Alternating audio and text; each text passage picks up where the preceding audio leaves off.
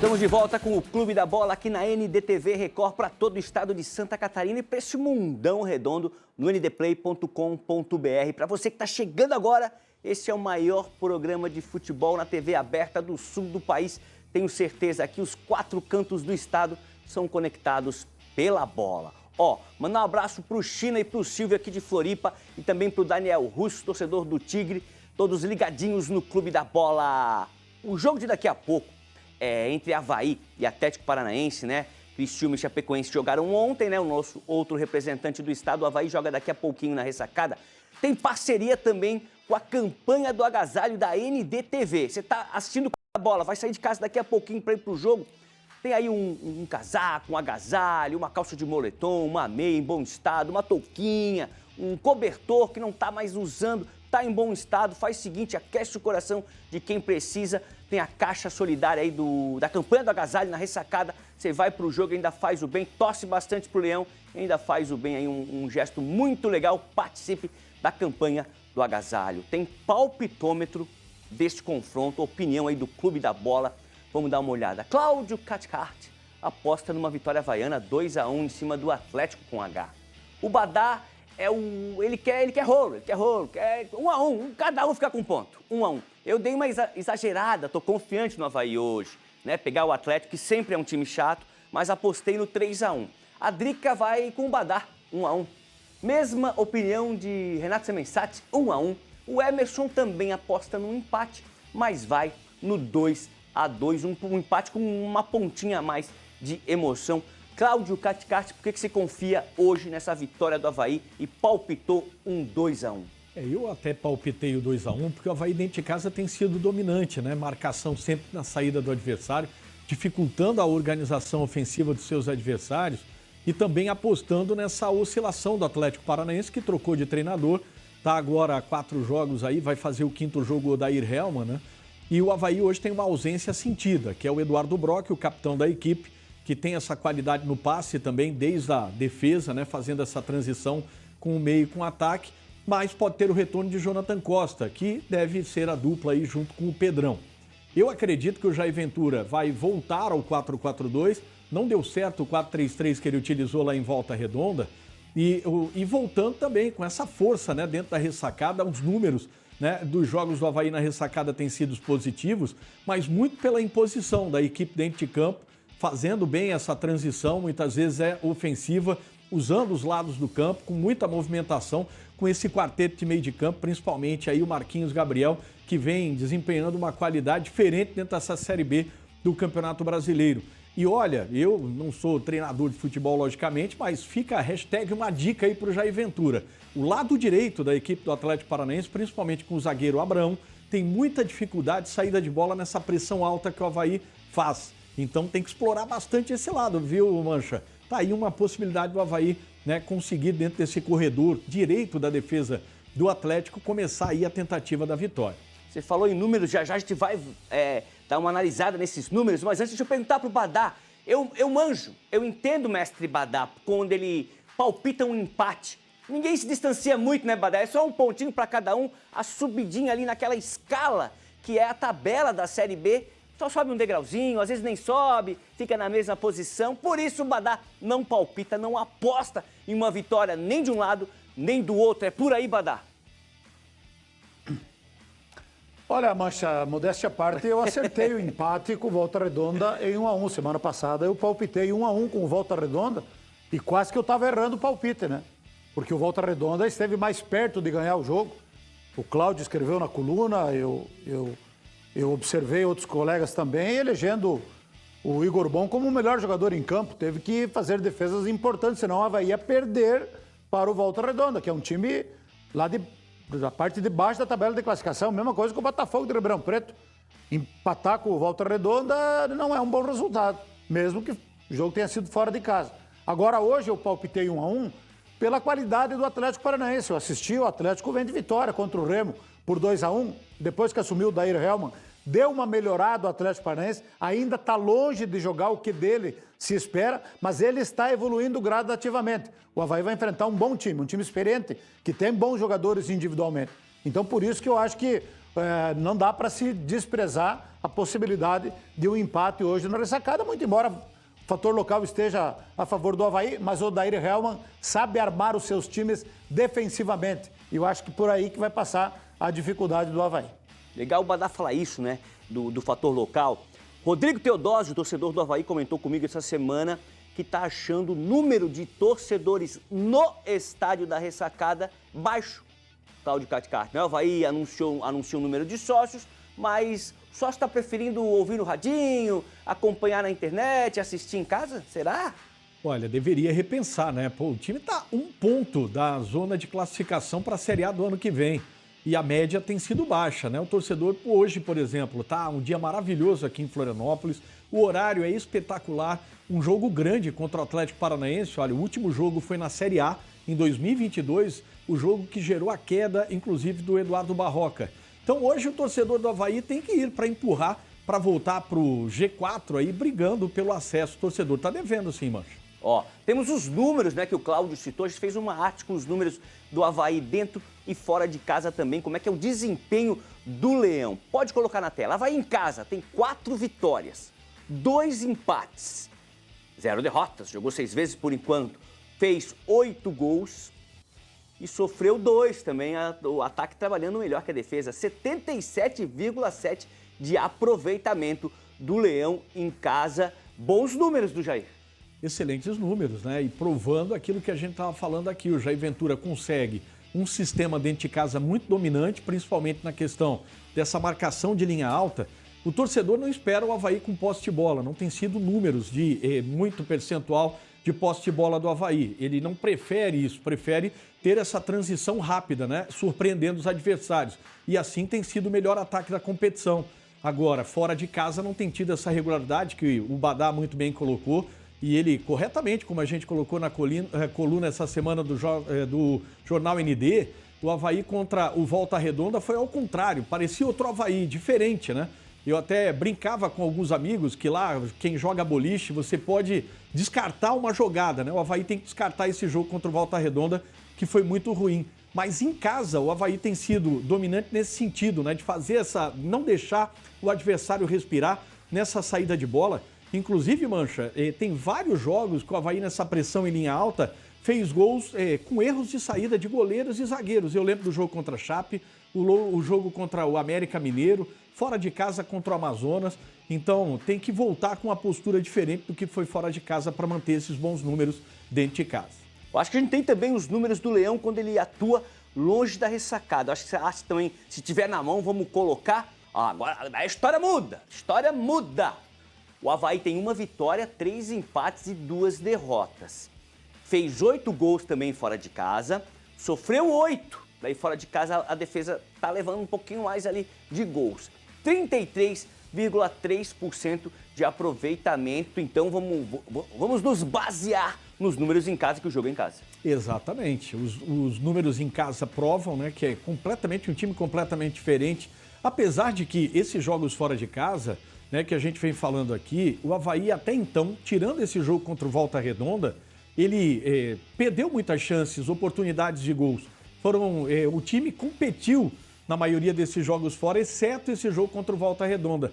Em casa é completamente diferente, não só pela imposição do torcedor, mas esse trabalho do Jair Ventura, né, fazendo essa pressão e também utilizando muito dessa organização ofensiva com esses 4 homens de meio de campo. Eu não entendi o que passou pelo Jair Ventura para mudar esse sistema no jogo contra o Volta Redonda. Como bem colocou o Badá, o Volta Redonda está brigando numa prateleira bem longe da do Avaí, né? Então, não entendi a postura, inclusive tática do Avaí nesse jogo fora de casa. Você falou nesse jogo que aconteceu no meio da semana, né? Eu também não sou comentarista, mas acho que foi a pior apresentação do Avaí na Série B 2025. E teve um momento que o Avaí, no segundo tempo, não conseguiu jogar. Não sei se a gente tem essas imagens, não sei se o torcedor vai concordar comigo em casa. O Avaí ficou encurralado, como a gente costuma usar na linguagem do futebol, e era só... Tá aí as imagens, estão aí as imagens. Era só chutão. E daí a zaga apostada do adversário do Volta Redonda acabava dominando essa bola, sem chance para os atacantes do Leão. O que aconteceu? Exatamente. Claro que o adversário, muita gente falou assim, não, Cláudio, mas tem que olhar o adversário. O Volta Redonda estava pressionado, é o primeiro fora da zona. precisava dessa vitória. Claro que essa pressão inicial é normal, mas você segura um pouco o ímpeto do adversário no início, vai se organizando e vai impondo o seu jogo. Não tem na equipe do Volta Redonda, nem no 11, nem no banco de reservas, nenhum jogador seria titular no Avaí. A diferença de elenco é muito grande. Eu acho que essa postura, né, dos jogadores e também do sistema empregado pelo Jair Ventura não aconteceu. O Avaí não jogou. Foi o jogo mais pobre desde a era Jair Ventura até agora com o Avaí, tanto dentro quanto fora de casa, viu, mano? O contato com o Renato Semensati no sul do estado, ele volta, e eu vou resumir, ele volta para contar mais, mas eu vou resumir. Criciúma levou casa. Jogando em Belo Horizonte, o Tigre ficou no empate com o América Mineiro. Robert abriu o placar para a equipe catarinense e o Miguelito deixou tudo igual para os mineiros, 1-1 na Arena Independência, lá em Minas. Perguntei para o Badá, quando ele falou da Chape, pergunto agora para você, Renato, o que só você viu? Esse gol aí foi muito bonito, ó. As três linhas da equipe participando. O zagueiro Rodrigo toca no Nicolas, que dá um calcanhar. É verdade que, se a gente olhar com calma, Diego Gonçalves foi bater pro gol, errou a batida e deu assistência pro Jonathan Robert fazer o gol. Mas a gente vai ver aí que, exceção ao gol do Miguelito, o goleiro do Criciúma, o Alisson, não fez defesa nenhuma. O Criciúma fez 1-0, poderia ter feito o segundo numa cobrança de falta do próprio Jonathan Robert, que só começou a jogar depois que o Criciúma anunciou a contratação do Jean Carlos. Ele está aqui desde o ano passado e não estava jogando, não estava produzindo, né? E foi para o banco de reservas e tal, não entrava. Ocorre que o Criciúma foi buscar o Jean Carlos no Juventude. Aí esse é o lance que poderia ter feito 2-0. Defesa espetacular. Mas não fez, não transformou a sua superioridade. Aí o gol do Miguelito, olha, arruma espaço ali na frente do Castan, dá uma pancada de fora da área e faz o gol. Foi o que tivemos no jogo. Segundo tempo, a gente não teve melhores momentos. Os dois times ofensivamente produziram absolutamente nada. O Criciúma foi um pouco superior, mas também não dá para dizer, olha, injusto o resultado e tudo mais. Não dá para dizer isso, né? Ficaram devendo. Aliás, os dois times fizeram investimento elevado para estar numa condição de tabela melhor. Tanto o América quanto a equipe do Criciúma ainda estão ali 12º, 13º. O Criciúma, 4 rodadas, estava na penúltima colocação, reagiu, venceu 3 seguidas. Esse é o 4º jogo sem derrota. O Eduardo Batista encaixou o time no sistema ali com 3 zagueiros. Marcinho jogando muito bem. O Criciúma tem esse problema aí do Marcelo Hermes para resolver na segunda-feira, né? O jogador tem uma proposta do Juventude. Ele tem uma promessa do presidente, liberá-lo sem custos para o Juventude. Isso pegou muito mal aqui. E aí a pressão aumentou, o presidente disse que o Marcelo só sai se pagar de 1 milhão, o agente do jogador disse que o negócio já está feito, o Marcelo ia embarcar para jogar em Minas, não apareceu no embarque, então tem um imbróglio muito grande por aqui. E o Marcelo, mesmo não fazendo a grande temporada dos últimos 2 anos, ele é o artilheiro do time e ele é o líder em assistências. Então o Criciúma tem, embora esteja no seu melhor momento na temporada, com 4 jogos, 3 vitórias e 1 empate, conseguiu arrumar esse problema aí do Marcelo. A única coisa que eu espero é que o Marcelo, depois de 3 anos jogando muito bem aqui pelo Criciúma, 3 anos e meio praticamente, que ele não saia como vilão e não tentem colocar no jogador a responsabilidade de erros que aconteceram até agora das duas partes, do atleta e do clube. A má condução nos 2 sentidos, que o jogador não saia pela porta dos fundos, como já aconteceu aqui recentemente com o volante Arilson. Renato, já que a gente está falando aí contigo no sul do estado, deixa eu mandar um abração aqui para o Giancarlo, que falou assim, saudações dos havaianos de Laguna, um abração, primo ligado aqui no Clube da Bola. Mas o Marcelo não apareceu para o embarque porque ele não quis ou porque ele acertou que não iria? Não, ele não apareceu. Não Vale. Chamadas e tudo mais. O jogador hoje não manda nada, né, Marcelo? Quem manda é o agente do jogador. E o agente orientou o Marcelo Hermes a não comparecer. E ele não compareceu. Tá muito obscuro ainda os aceitos. Eu conversei com o agente do atleta, que tem negócios com o Criciúma desde quando o Agenor era goleiro do Criciúma. Eita. fora o Marcelo Hermes, ele tem outros jogadores no Criciúma e ele falou, Renato, foi combinado uma coisa comigo e não está sendo cumprida. O presidente Walter Minotto disse ontem que vai haver uma reunião na segunda-feira para definir a situação. O Marcelo Hermes já disse textualmente, presidente, eu quero jogar a Série A, eu quero ir para o Juventude. O que eu acredito que vai acontecer? Na segunda-feira vai haver uma reunião e vão se chegar a um bom termo. Não vai se pagar 1 milhão contratual, vai se pagar um valor menor, mas vai se pagar. Então, contenta-se, entre aspas, as duas partes. A possibilidade que existe também, Criciúma pagou 500 mil reais, ou vai pagar 500 mil reais, pela cessão do Giancarlo Meia. Pode ser que esse crédito seja envolvido na negociação. Marcelo Hermes vá. O que eu não vejo nesse momento, depois de tudo que foi criado, é condição para o Marcelo Hermes retomar a sua condição aqui no Criciúma. Não vejo mais ele jogando com a condição de titular. Eu fiquei ausente do programa por uma questão técnica e tenho uma pergunta para fazer a Sérgio Badá. Como é que está Neto Pessoa, Badá?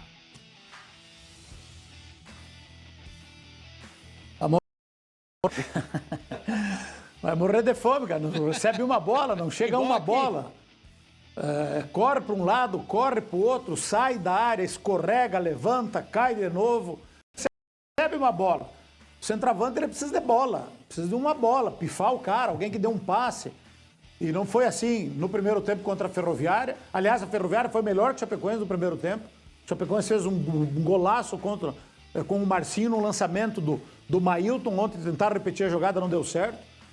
E o Neto Pessoa, falta entrosamento, falta se entrosar no sistema de jogo do Gilmar Dalpozo. Agora, eu acho que está saindo muito da área. Está saindo muito da área. Ontem ele não tocou na bola. Ele correu atrás dos zagueiros do Botafogo, ou às vezes estava marcando o lateral esquerdo lá do Botafogo. Então, até agora, não conseguiu jogar. Não conseguiu jogar e se o esquema não fazer com que a bola chegar nele lá dentro da área, onde ele, pelo menos quando jogou contra o Chapecoense, ele foi decisivo, ele vai ter dificuldades. Aí ontem o Perotti entrou no lugar dele, lugar de centroavante lá na frente. O Lauro Burgo dizia, vamos invocar o Lauro Burgo aqui, centroavante primeiro ataca. Centroavante é para atacar, não é para voltar a marcar. Aí o Perotti estava lá na bandeirinha de escanteio, tomou uma caneta, agarrou o cara por trás, levou o cartão amarelo, originou a falta, escanteio e gol do Botafogo. Então, centroavante, cara, no meu tempo, o centroavante era atacante, jogava lá na frente, dentro da área. Os centroavantes da Chapecoense estão sofrendo. Após o empate de ontem, o técnico Eduardo Baptista falou sobre a importância do ponto conquistado fora de casa e das 10 mudanças que fez durante o jogo. Acompanha aí. Um ponto importante, né? Aqui, pontuar aqui no contra o América é sempre muito difícil. Acho que a equipe teve um bom comportamento, né? No primeiro tempo, nós conseguimos jogar mais, né? Né? Criamos a chance, fizemos um gol de jogada trabalhada, né? E no segundo tempo, as duas equipes virou mais duelo. A gente precisou fechar o meio, né? Eles estavam alongando muito essa bola e essa bola acabava caindo no centro e a gente estava perdendo essa segunda bola. Então, uma correção. Ficou um jogo mais pegado, mas a gente, né, do Jean, né, a gente retoma a partida, cria algumas situações e o empate no final justo, né, um empate importante, um ponto importante, como você falou, né, de uma sequência aí de 4 aí, de 3 vitórias, né, um empate fora é sempre bem-vindo. A gente fica bastante satisfeito, né, com a produção, né, quando a gente tem momentos aqui de cabeça baixa, muito ruim, né, e todos aqui conseguimos reverter. Mas o que eu falo para eles sempre, né, eu acho que muito da nossa postura, dos nossos duelos, né, eles aumentaram, as coisas começaram a vir.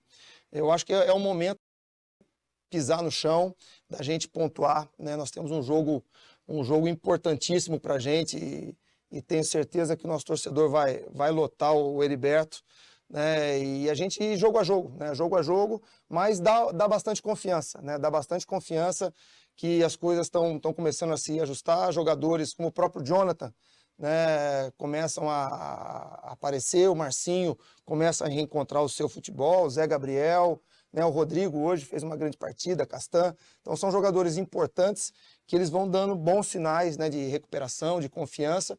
E esses jogadores aí, com os que estão chegando, com entrosamento, né, a gente cria uma expectativa bastante grande. Tá aí palavras do técnico do Criciúma, Eduardo Batista. Ó, hoje é dia de Leão da Ilha em campo, daqui a pouquinho, né? Dia bonito, dia de ressacado, vai encarar o Atlético Paranaense ao vivo do estádio do Avaí. Ressacada, o nosso repórter Heitor Machado já acompanha a movimentação por lá. Fala, Heitor, boa tarde.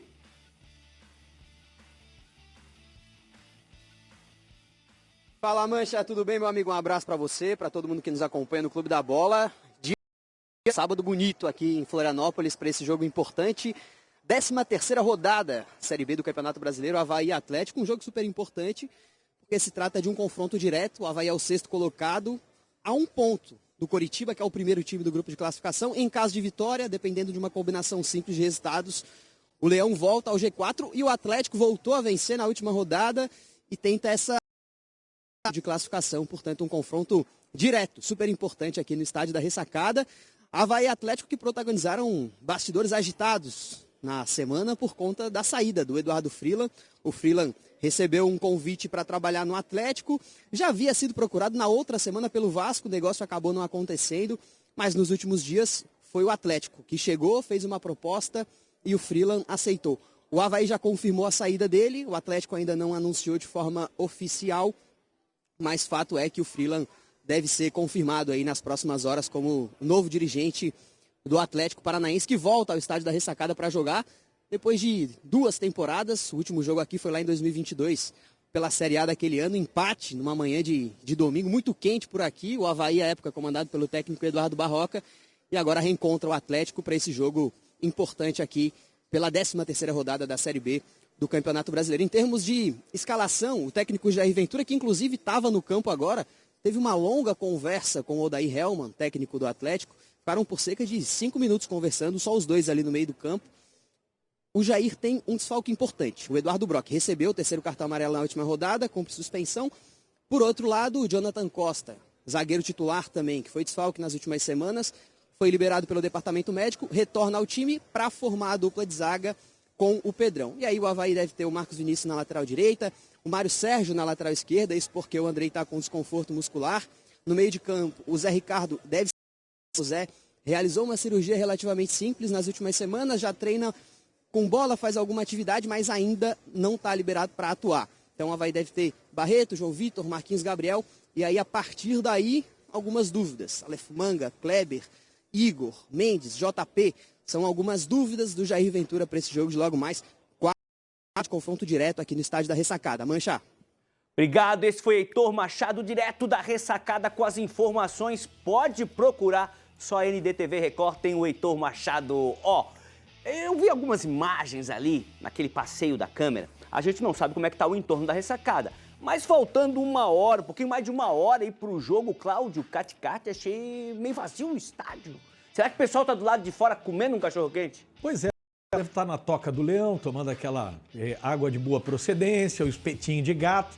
Mas daqui a pouco entra, a gente espera um grande público hoje ali na Ressacada, viu, Mancha? Acha que dá quanto hoje? Dá a importância desse encontro? Mas era jogo para 10 mil, né? Pelo menos, no mínimo, né? Assim que é o que se espera para o jogo de hoje. Tá certo. Falar um pouquinho do Figueirense. O Alvinegro encerrou a semana, né, de preparação após a derrota para o Londrina no último domingo. O foco já está no próximo duelo da Série C, que é só semana que vem. Quem traz todas as informações é o nosso repórter Jorge Júnior. Fala, Jorge! Fala, galera ligado no Clube da Bola, semana do Figueirense encerrada de treinos. O time perdeu para o Londrina, depois na segunda-feira teve um treino ainda no Paraná para depois retornar aqui para Palhoça, onde é que fica o CFT do Campeonato. A apresentação aconteceu na quarta-feira, tivemos 2 entrevistas coletivas com o zagueiro Lucas Dias e com o atacante Nicolas, que falaram principalmente dessa derrota para o Londrina, que colocou o Figueirense de volta na briga contra o rebaixamento, está uma posição acima do Z4 e freou aquelas pretensões de chegar lá em cima, faltando agora 10 rodadas para o fim da Série C. Depois eu vou até perguntar para vocês sobre isso, perspectiva que vocês têm do Figueirense.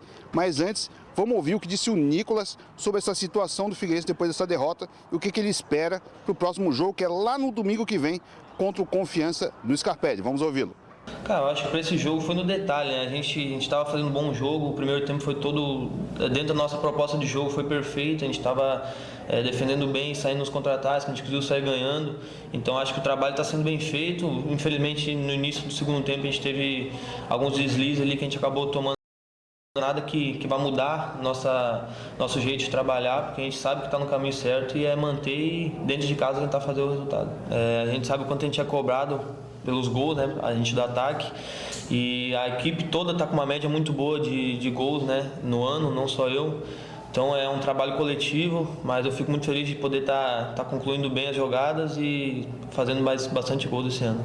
Ouvimos o Nicolas e o zagueiro Lucas Dias, que tem acompanhado todos os jogos da Copa do Mundo de futebol lá nos Estados Unidos. É um cara que consome muito do que acontece no futebol nacional e mundial. Comentou também sobre a perspectiva que ele tem para a sequência do Furacão. Ele é um zagueiro que fez alguns gols já na temporada, mas sabe que a situação é ruim do Figueirense nesse momento. A expectativa era brigar lá em cima e essa derrota para o Londrina acabou deixando o Figueirense numa situação incômoda. Vamos ouvi-lo. É claro que a gente queria ter ganhado o jogo, né? Acredito que assistindo o jogo em casa de novo, analisando os lances, acho que foi 10, 15 minutos ali que a gente deixou o jogo escorrer das nossas mãos. A gente estava com um plano de jogo bem desenhado, sabia como o Londrina jogava, que lado que deveríamos explorar. Estava tudo dando certo até os 15 minutos iniciais do segundo tempo ali, que o time deles entraram em outra rotação e a gente foi surpreendido, infelizmente, e isso não pode acontecer mais, né, diante de tudo que já aconteceu no campeonato. O mais importante é conquistar o próximo jogo. A gente claro, queria ter ganhado o jogo contra o Londrina agora, porque a gente ia dar um salto na tabela, já olhar para a parte de cima e não ficar olhando mais na confusão de baixo. A gente lamenta muito com isso, mas já passou. Então a gente tem oportunidade de novo de jogar em casa, com o apoio da nossa torcida, que a gente está vendo e nossos resultados em casa são normalmente positivos. Então, buscar ganhar esses 3 pontos, importantíssimo no próximo jogo, para voltar a olhar para cima. A gente ainda não tem a programação da semana que vem do Figueirense. O jogo é domingo contra o Confiança no Scarpelli, 4h30 da tarde.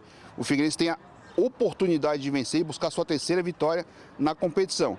Quando a gente faz um apanhado desses 9 jogos, o Figueirense tem apenas 2 vitórias. É muito pouco para quem quer brigar lá em cima. E como faltam 10 jogos, se o Figueirense quiser brigar efetivamente para subir, para classificar entre os 8, tem que vencer pelo menos 5 ou 6 jogos. Já para escapar definitivamente do rebaixamento, aí tem que ganhar pelo menos 4 partidas para fugir dessa Série D, que a gente até é impensável imaginar o Figueirense na 4ª divisão. E fica até a pergunta para vocês: o que vocês acham que deve acontecer nessas 10 rodadas que faltam? Vitórias do Figueirense e brigar lá em cima, ou uma complicação e a briga para evitar o rebaixamento? Fica a pergunta para vocês aí no estúdio. Um abraço. Jorge Júnior lançou a pergunta. Vamos rapidinho que dá tempo antes do intervalo. Cláudio Caticarte, briga, fica... A julgar por o que a gente tem visto nos últimos jogos, é para permanência, né? Precisa melhorar e muito para brigar lá em cima, viu, Mancha? Inclusive, ele precisa, né? Tem a dor de cabeça lá no campo, na frente do 9. Aproveita que o Nicolas fez esse gol de 9-9, traz o Gabriel Santiago, coloca o Nicolas lá na frente, pode ser. Badá, permanece, briga para subir. Não cai, mas também não sobe. Vai ficar na meiuca. Renato Semensati, tua opinião sobre o Figueirense, já que Jorge Júnior nos questionou, nos provocou. Mais um ano de briga por permanência na Série C, o que é muito ruim para o cenário atual do Figueirense. Tá certo, vamos para um rápido intervalo, a gente volta com as considerações finais, vamos dar uma olhada na nossa enquete, ver se tem mais mensagem. É rapidinho, não sai daí.